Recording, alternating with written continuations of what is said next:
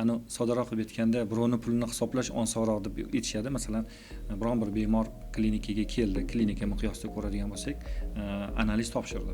Analiz topshirdi, misol uchun 1,5-2 millionlik analiz topshirdi. 1 million deylik o'rtacha hisobda, 1 million analiz topshirdi va u bemorning naznida 1 million men o'zim topshirgan bo'lsam, o'rtacha hisobda 20-30 yosh odam kelsa, buni o'zi menimcha pul bo'ladi.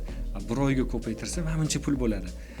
Tabiiyki, biznes ko'zi bilan qaraganda klinika ochish kerak ekan-ku degan xulosalar bo'ldi. Bu narsa men aslar bo'lsinkim, Coviddan keyin bu avj olib ketib qoldi.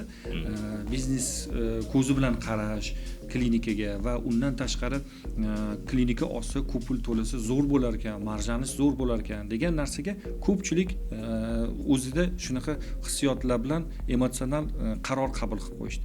Shuni evaziga mana klinikalar ko'payib ketdi va albatta o'sha biznes ko'zi bilan qarayotgan klinikalarning evaziga u yerdagi holatni hisoblab agar chiqadigan bo'lsa, to'g'ri kelmaydi. Chunki u yerda siz aytayotganingiz amortizatsiyasi bor, arendasi bor, sveti, gazi, prochiy rasxodlari bor, doktorning oyligi bor, uning kipay foizi bor, u yerdagi ishlayotgan o'rta personallarning oyligi bor va undan tashqari favqulodda holat bo'lishi mumkin bo'lgan ekstreniy holatdagi оборудование o'zidan-o'zi buzilib qoldi. Yo nimadir bo'ldi va qo'shimcha yana force majeure holatdagi xarajatlar bor. Bularni barchasini agar hisoblaydigan bo'lsangiz, agar biznes ko'zi bilan qaraydigan bo'lsangiz, marjanish juda past.